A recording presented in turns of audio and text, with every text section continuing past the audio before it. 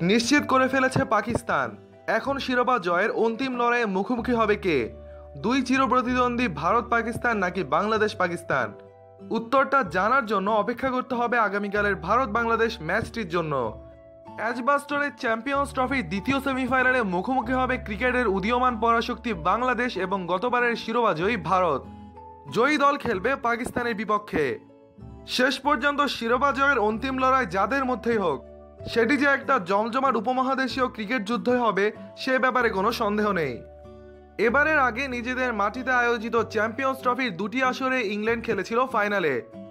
এবারও গ্রুপ পর্বের তিনটি ম্যাচ জিতেই নিজেদের ফেভারিট তকমাটা পাকাপোক্ত করেছিল মর্গান রুটরা। কিন্তু আজ পাকিস্তানের বিপক্ষে সেমিফাইনালে অসহায় আত্মসমর্পণ করতে হলো স্বাগতিকদের।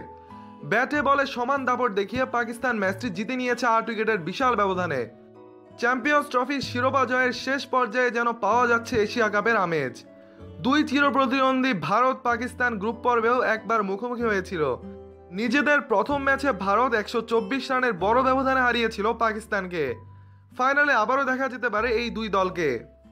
তবে সেজন্য আগামীকাল দ্বিতীয় সেমিফাইনালে ভারতকে জিততে হবে বাংলাদেশের বিপক্ষে। সেই কাজটা যে খুব একটা সহজ হবে না সেটা স্বীকারই করে নিয়েছেন ভারতের অধিনায়ক বিরাট কোহলি। গ্রুপ পর্বের ম্যাচে নিউজিল্যান্ডকে বাংলাদেশ যেভাবে হারিয়েছে সেটা দেখে বাংলাদেশকে হালকাভাবে নেওয়ার বোকামি কেউই করতে রাজি নন। সেমিফাইনালে ভারতকে হারিয়ে ফাইনালে ওঠার সামর্থ্য যে ভালো মতোই আছে সেটা দারুণভাবেই প্রমাণ করেছেন সাকিব, মাশরাফি, মুশফিকরা।